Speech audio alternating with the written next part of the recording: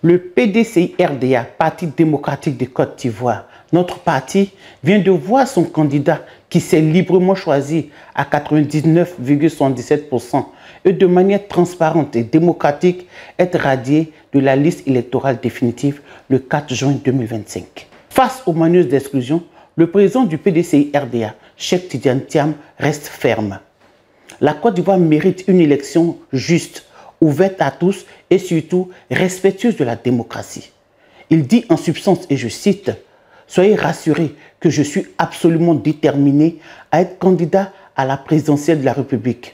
C'est une question de dignité. Vous pouvez compter sur moi pour mener à bien ce combat et je ne doute pas qu'à la fin de ce combat, vous me porterez par vos suffrages librement et démocratiquement à la présidence de la République de Côte d'Ivoire. » Cheikh Tidiane Thiam, président du PDCI-RDA et candidat du dit parti à la présidentielle de la République de Côte d'Ivoire.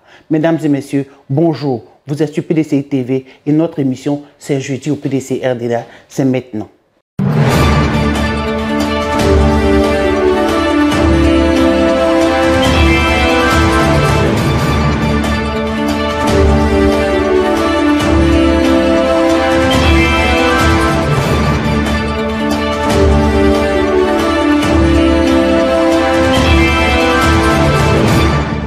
Mesdames et messieurs, bonjour, bienvenue sur votre chaîne préférée. Les thèmes que nous allons aborder ce jour sont le meeting de la CAPSI, Coalition pour l'alternance pacifique en Côte d'Ivoire. 2. La radiation du président Thiam de la liste électorale définitive du 4 juin dernier. Et nous terminerons par le message aux militants du porte-parole du PDCI-RDA. Toujours avec notre consultant maison, celui qui porte la parole du PDCI-RDA et de son président, l'honorable, le docteur Brédoumi Soumaïla Traoré, secrétaire exécutif en chef adjoint chargé de la communication. Bonjour, honorable. Bonjour, madame. Honorable, l'actualité récente du PDCI-RDA et de l'opposition, c'est le meeting de la Coalition pour l'alternance pacifique, CAPSI, qui s'est tenu à Yopougon le week-end dernier. Il y a eu plusieurs messages des leaders de l'opposition. Que retenir? Merci, madame. Vous savez que l'objectif des Ivoiriens aux gens majorité, surtout de tous les sympathisants et les militants de l'opposition, c'est d'arriver à des élections paisibles, transparentes, inclusives et dont les résultats ne sont pas contestés par le perdant ou les perdants et que le gagnant, le vainqueur, soit félicité. Dans ce cadre, nous avons, avec nos partenaires, 24 autres partis politiques, organisé ce qu'on appelle la CAPSI, la Coalition pour une alternance pacifique en Côte d'Ivoire. Et la première activité visible, c'est cette sortie pour poser un certain nombre de problèmes qui concernent les Ivoiriens. Il s'agit de la liste électorale. Cette liste électorale qui n'est pas consensuelle, qui pose problème, où il y a des gens qui doivent y être, qui n'y sont pas, et des gens qui ne doivent pas y être, qui y sont.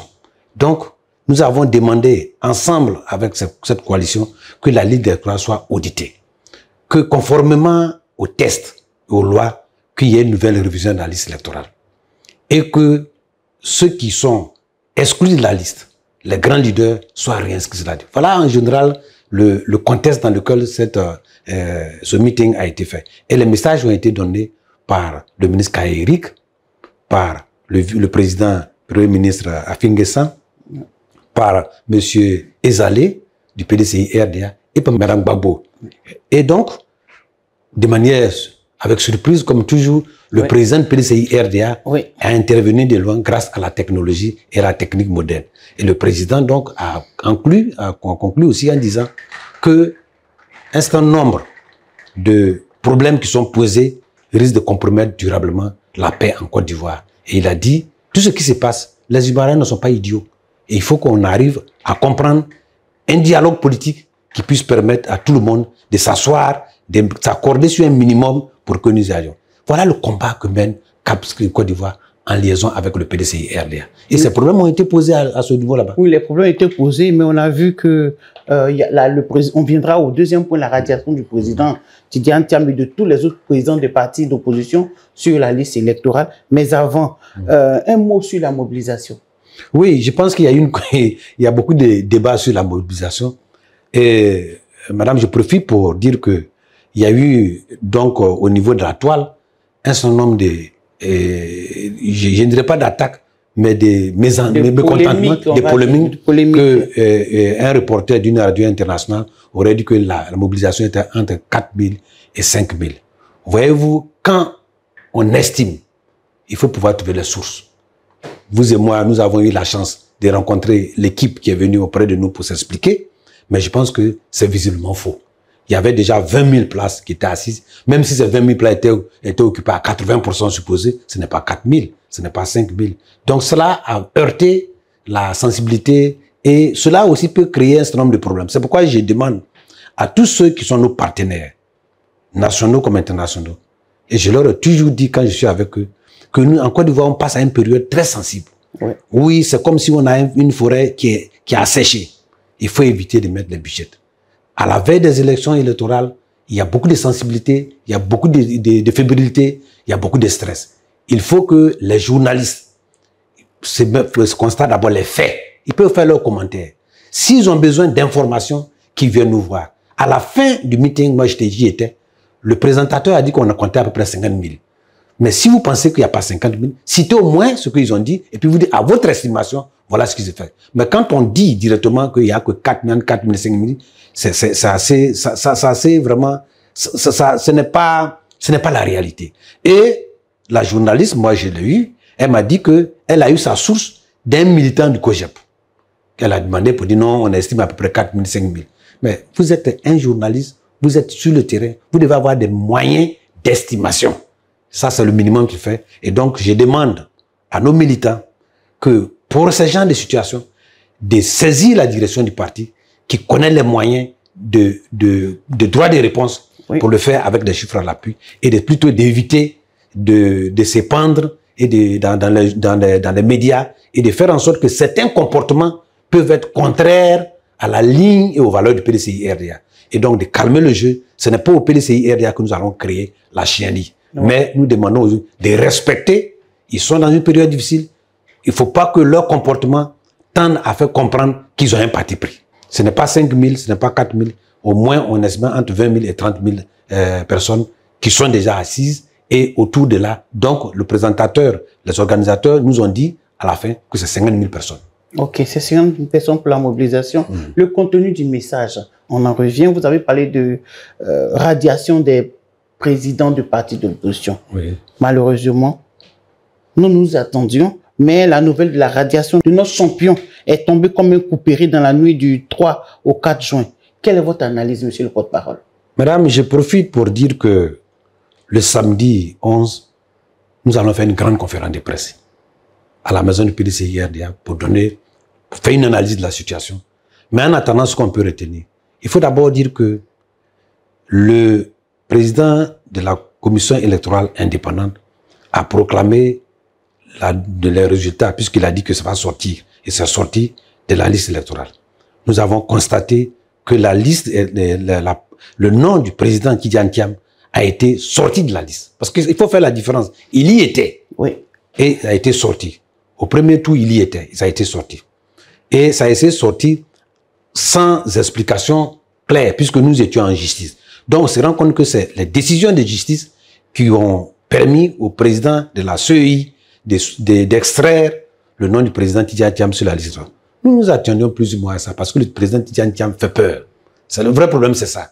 Il fait peur, comme je l'ai dit ici, et les gens ne croient pas. Tous les sondages que nous avons à notre vie, au niveau international comme national, font que si le président Tidjane Thiam, même avec leur liste corrompue, mais il va passer. Donc, il faut éliminer ce candidat. Il faut éliminer aussi les autres candidats majeurs comme le président Laurent Gbagbo, comme le Blé Goudé, comme Soro Guillaume. Et en ce moment-là, ce qui restera, c'est de prendre un décret pour nommer celui qui va être président. Si on enlève tout ce monde-là. Donc, moi, je pense que ça ne nous a pas surpris. Mais ce qui nous a surpris quand même, c'est la précipitation avec laquelle on a donné, on a publié cette liste. Parce que, rappelons-nous, que le président de la CEI avait dit que le calendrier qui a été établi était fait en accord avec les partis politiques. Nous l'avons contesté. Oui. Et que ce calendrier faisait qu'on allait publier la liste le 20 juin.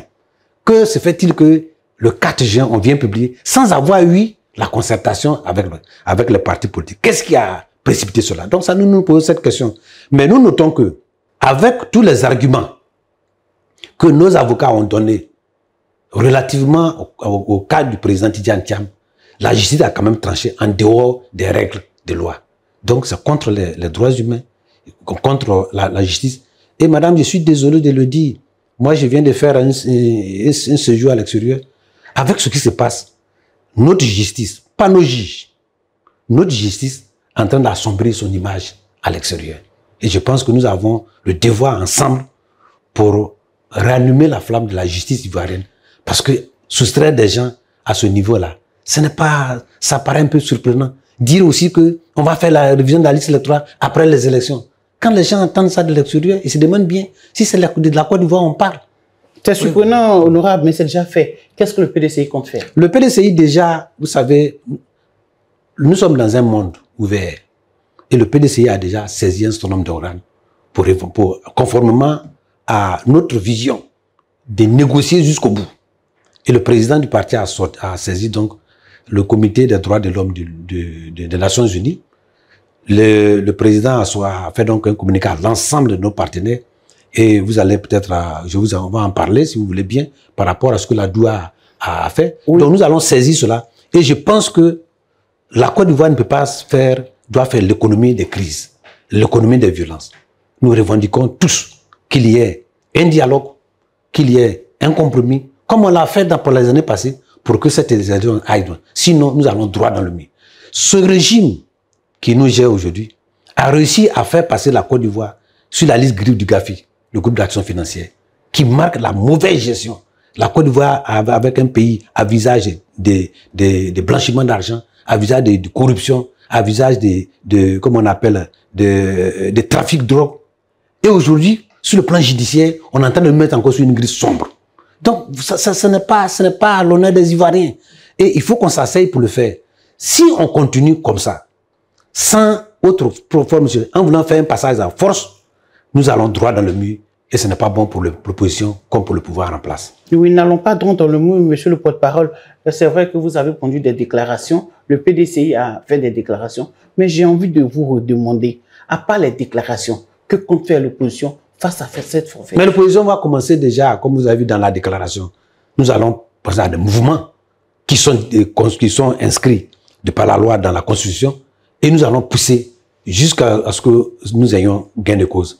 Même le jour des élections, si nous ne sommes pas sur la liste, nous ferons ce que nous savons faire. C'est de revendiquer de manière démocratique. Madame, je vais profiter de l'occasion pour dire à tous nos militants, tous nos sympathisants, autour des Ivoiriens, le président Thiam sera sur la liste électorale. Vous y croyez? Le président Thiam sera sur la liste, là, il va compétir, il va gagner. Et ça, je demande aux Ivoiriens de ne pas désespérer. C'est moi qui vous le dis, je ne suis pas Dieu, sauf Dieu peut décider. Mais si le président Thiam, le président Gbagbo et autres ne sont pas sur la liste électorale, alors on a le choix entre deux choses.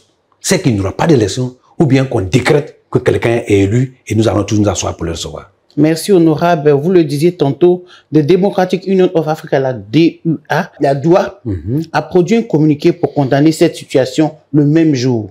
Le communiqué dit en substance, the DUA not with regret the repeat violation. Bon, je lis en anglais, mais on va traduire. Ça veut dire que la DOA note avec regret les attaques de violence et surtout les tentatives d'exclusion des candidats politiquement forts. La DOA aller plus loin pour dire que c'est un grand risque. Oui. C'est un recul démocratique et c'est un risque qui menace la paix en Côte d'Ivoire, dans la sous-région et au-delà du monde. Donc la DOA, qui est une organisation des partis démocratiques, c'est démocratique, des centres droits en général, qui est basée à Johannesburg, a constaté que tout ce qui se passe en Côte d'Ivoire ne passe pas de manière démocratique. Et cela menace la paix, cela menace la stabilité, et cela ne permet pas au peuple de faire son choix, et c'est contre la liberté du peuple. Donc cette déclaration déjà note que, en dehors même de nous les opposants en Côte d'Ivoire, il y a au niveau international, les gens commencent déjà à contester. Mais madame, pire que ça. Quel est l'impact de cette déclaration? Mais l'impact, d'abord, vous savez, nous sommes un pays qui quand même a donné l'impression que tout va bien.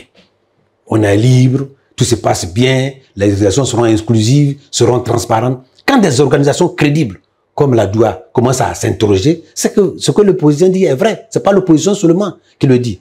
Pire, madame, il y a l'Institut Variété démocratique, qui est un institut de renommée internationale, qui vient de sortir son rapport, qui classe la Côte d'Ivoire 107e sur 179 parmi les pays autocratiques, des pays dont l'élection est autocratique, c'est-à-dire une élection qui utilise les institutions judiciaires pour étouffer l'opposition et qui est plein d'irrégularités. Donc, déjà, il y a deux institutions qui, en même temps, qui sont en train de dire, ce gouvernement-là, ce pouvoir-là, il est un pouvoir autocrate. Autocrate, l'autocratie a deux formes, hein, parmi les plus importantes. La forme de monarchie et la forme de dictateur. Bon, je ne sais pas laquelle qui leur convient, mais c'est pas moi qui le dis. Ça est là. D'ailleurs, je l'ai dit au porte-parole du RHDP adjoint pour dire, il dit qu'il ne connaît pas ça, mais c'est une institution qui est connue mondialement. Donc, ça va s'accumuler. Ça va s'accumuler et ce n'est pas bon pour la Côte d'Ivoire, pour l'image de la Côte d'Ivoire. Et moi, je pense qu'il faut qu'on revienne à la table pour véritablement permettre aux gens de choisir. On nous a dit dans ce pays-là que le RHDP, le RDR a un bilan inattaquable. Mais quand on a un bilan inattaquable, quand on a un champion qui ne peut pas être battu, mais pourquoi créer des problèmes et ne pas avoir des gens qui peuvent décider de le confronter? Alors le RDR va vouloir choisir ses candidats comme chaque fois. Moi, je le dis toujours, depuis qu'on fait la politique, le RDR rentré en politique a été créé en 1994. Sa première élection, c'était en 2000. Mais vous savez comment c'est terminé? Dans la crise. En 2015, nous lui avons donné le pouvoir. Il n'a jamais compétit. En 2020, là aussi, vous savez comment ça fait? On a contesté le troisième mandat. C'est une crise. Donc, voyez-vous, chaque fois qu'ils sont dans une compétition, ça s'achève mal. Et donc, pour une fois, pouvoir se dire que quand même, il faut que les Ivoiriens ne sont pas idiots. Il faut qu'on leur laisse faire le choix correctement. Et si vous devez choisir vous-même votre candidat, laissez les autres aussi choisir leur candidat. Et malheureusement pour eux, voilà un pays où tous les leaders des partis politiques, la justice leur a trouvé quelque chose pour les écarter.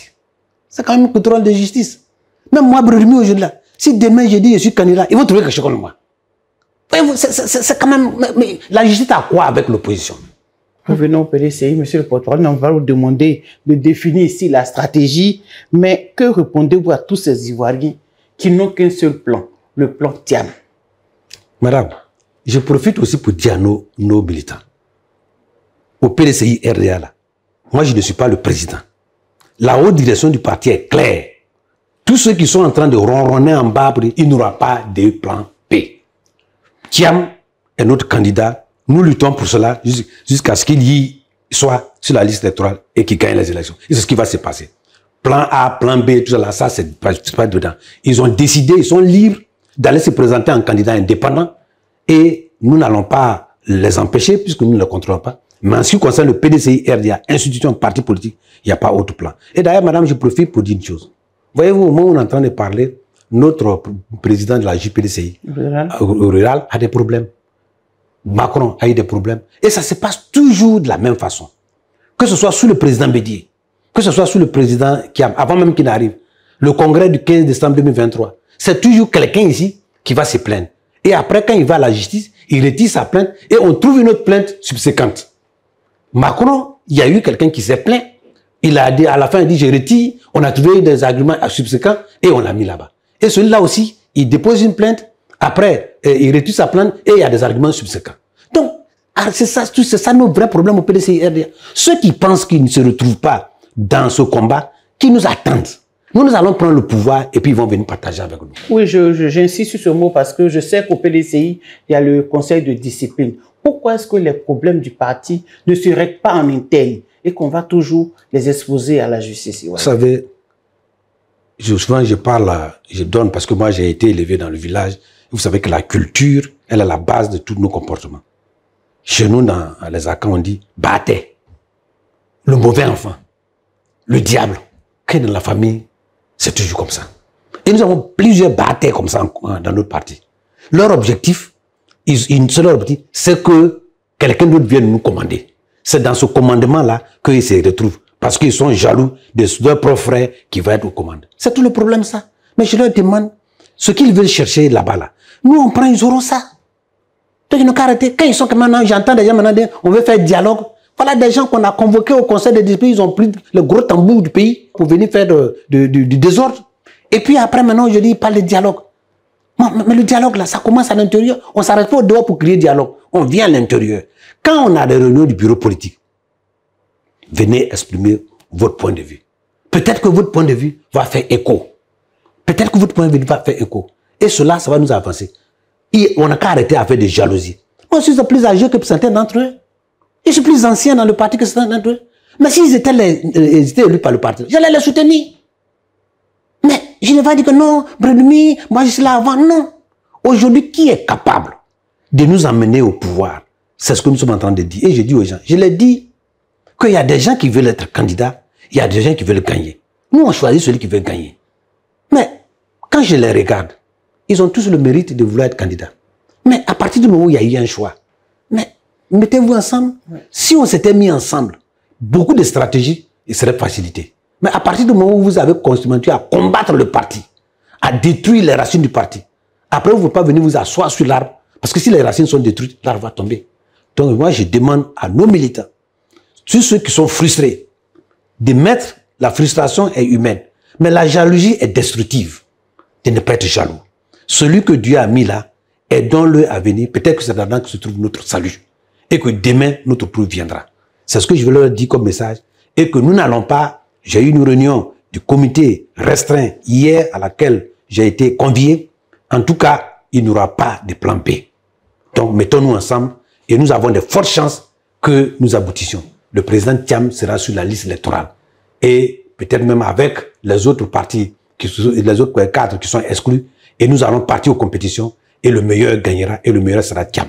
Merci, monsieur le porte-parole du PDCI-RDA, secrétaire exécutif en chef adjoint chargé de la communication. Nous avons fini les 20 minutes. Si vous avez un message de fin à tous ces militants-là qui vont avoir un brin d'espoir après votre intervention. Merci, madame. Le samedi à 11 h, pour tous ceux qui peuvent, je vais beaucoup plus détailler les stratégies, sinon ce qui va venir. Qu'est-ce que le PDCI va faire ici à la maison du parti. La deuxième chose, vous voyez, le président Thiam, il a échappé à beaucoup de pièges. Je vais les détailler le samedi. Et ces pièges-là, c'est ça qui leur fait mal. Quand les gens disent, oui, voilà un parti qui a fait un congrès en 48 heures. Oui, mais c'est un exploit. Pourquoi ils se plaignent de ça? Parce que ce congrès a été un dribble rotatif et ça a épuisé le piège, ça leur fait mal. Donc aujourd'hui, nous avons un parti qui est stable. On a voulu détruire le parti, mais sous tutelle, prendre le parti pour remettre au parti au pouvoir. Malheureusement pour eux et heureusement pour nous, ça n'a pas eu. Nous sommes sur le combat de l'inscription des leaders sur la liste électorale. Ça va aboutir. Parce qu'on ne peut pas faire une élection dans ce pays-là, en Côte d'Ivoire, pour tout ce qu'on sait, où on a là Accra 1, Accra 2, jusqu'à arriver à Ouaga, l'accord politique de Ouaga, pour qu'on fasse des élections, et que le président Bédié, au titre du PDCI-RDA, s'est déplacé pour aller s'asseoir au golf pendant des mois, quand même. Et aujourd'hui, c'est ce parti-là, celui qui leur a permis d'être au pouvoir, qu'on veut détruire. Dieu ne va pas le permettre ça. Donc, les autres vont être là, et nous voulons une compétition saine, inclusive, transparente. La liste électorale sera refaite. On va faire une nouvelle révision. Il y aura un audit, et il y aura donc le parti au pouvoir, le gouvernement, va permettre que tout le monde aille aux élections. Et le meilleur gagnera, et le meilleur sera Thiam. Il a dit il y aura une nouvelle révision de la liste électorale. Il y aura une élection inclusive, transparente, ouverte à tous et à tous les candidats de l'opposition. Merci, honorable. Merci de toujours répondre à l'invitation de PDCI TV. Et bonne fête de la Tabaski. Merci beaucoup, madame. Quant à vous, chers téléspectateurs, restez connectés toujours sur PDCI TV. Bonsoir, bonne fête, Dieu nous garde. Vivons l'actualité sur PDCI TV tous les jeudis avec l'honorable Brandumi Soumaïla.